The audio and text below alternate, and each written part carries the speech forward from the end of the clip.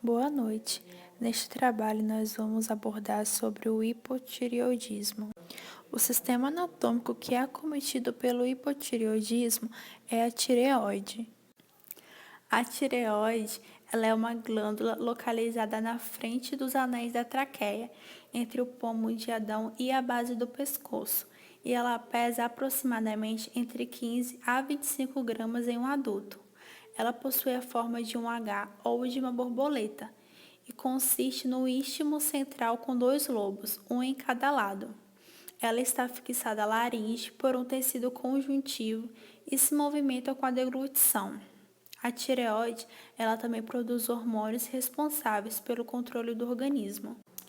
Os hormônios tireoidianos produzidos pela tireoide são o triiodotironina, que é conhecido como a T3, e o tiroxina, que é conhecido como a T4.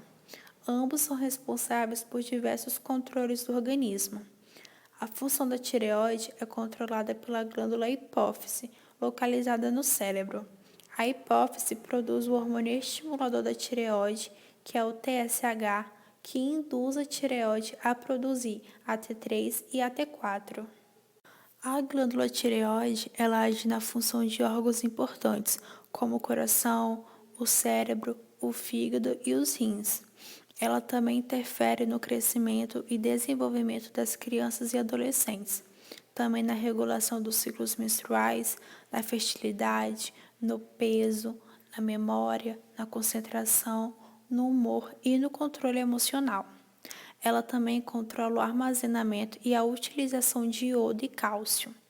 Ela é fundamental e está em perfeito estado de funcionamento para garantir o equilíbrio e a harmonia do organismo. Porque quando a tireoide não está funcionando adequadamente, ela pode liberar hormônios em excesso, que é conhecido como hipertireoidismo, ou em quantidades insuficientes, que é conhecido como hipotireoidismo. O hipotireoidismo é um problema na tireoide e é definido como um estado clínico resultante de quantidade insuficiente de hormônios e é causado pela deficiência do hormônio tireoidiano.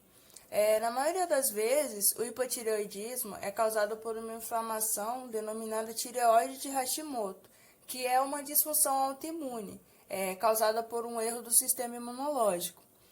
Na tireoide de Hashimoto, o organismo fabrica anticorpos contra a célula da tireoide. E esses anticorpos provocam a destruição da glândula ou a redução da sua atividade. Que, como a Débora falou anteriormente, a tireoide é responsável por regular a função de vários órgãos importantes do nosso corpo. Então, quando há redução dessa atividade da tireoide, os demais órgãos sofrem. O hipotireoidismo ocorre em qualquer idade, mas é particularmente comum em idosos e em mulheres, que eu acabei esquecendo de colocar aqui no slide.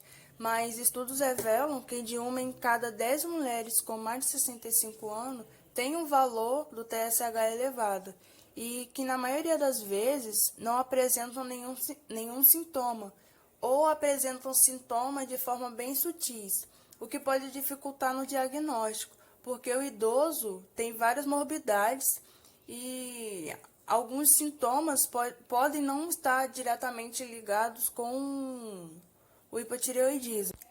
O hipotireoidismo pode ser primário ou secundário. O hipotireoidismo primário decorre de uma doença na tireoide, onde o TSH é elevado, e a causa mais comum é a tireoide de Hashimoto, que eu expliquei anteriormente. E a secundária, o hipotireoidismo secundário, ocorre quando o hipotálamo produz TRH insuficiente ou a hipófise produz TSH insuficiente. E esse hipotireoidismo secundário é pouco comum, e sua causa afeta outros órgãos endócrinos controlados pelo eixo hipotálamo-hipófise. Sinais e sintomas. Causado por uma queda na produção dos hormônios T3 e T4 pela tireoide, o hipotireoidismo pode provocar fadiga, aumento de peso, intolerância ao frio, ressecamento da pele, queda dos cabelos, aumento das taxas de colesterol e do fluxo menstrual, além de infertilidade e depressão. Esses sintomas nem sempre estão todos presentes, o que torna necessário pesquisar disfunção tireoidiana diante de qualquer um deles. O diagnóstico das disfunções tireoidianas é feito com um simples exame de sangue que dosa os níveis de TSH. O hipotireoidismo também afeta recém-nascido e crianças. Em caso de recém-nascido, a disfunção é diagnosticada pelo conhecido teste do pezinho e o tratamento deve ser iniciado imediatamente. Em crianças, ele manifesta principalmente com retardo de crescimento e do desenvolvimento neuropsicomotor. Eu vou estar dividindo o hipotireoidismo em duas partes, o primário e o secundário. O primário, os sinais e os sintomas são discretos e vários sistemas de órgãos podem ser afetados, ocorrendo manifestações metabólicas, neurológicas, dermatológicas, ginecológicas, entre outras. No hipotireoidismo secundário, os sinais e sintomas são pele e cabelo seco, despigmentação da pele, mamas atróficas e pressão arterial baixa. Em mulheres, há uma história de amenorreia em vez de menorragia, em algumas diferenças sugestivas aos exames físicos.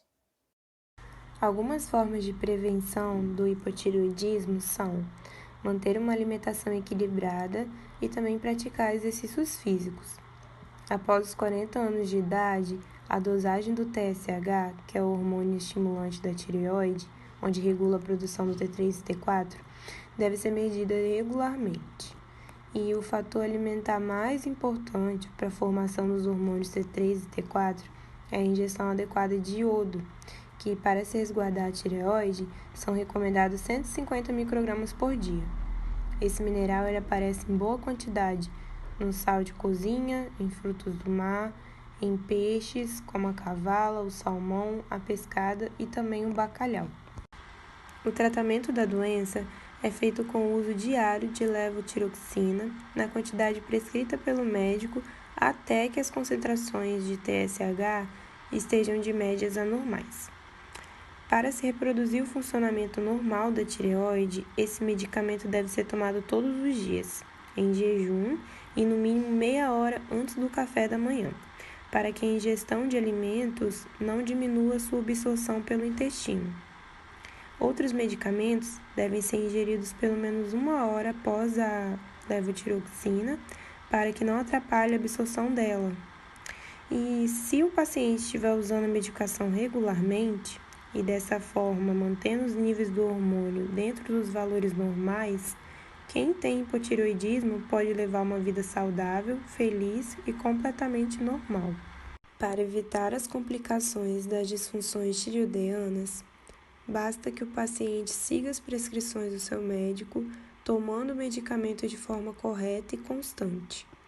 Mas quando o tratamento não é adequado, ou mesmo quando a disfunção não é diagnosticada a tempo, podem surgir algumas complicações como anemias, coronariopatia, desordens gastrointestinais, neurológicas, endócrinas, metabólicas e renais, disfunções respiratórias, glaucoma, hipertensão arterial, insuficiência cardíaca e, no caso de recém-nascidos com hipotireoidismo, o retardo mental, surdez e deficiência no crescimento.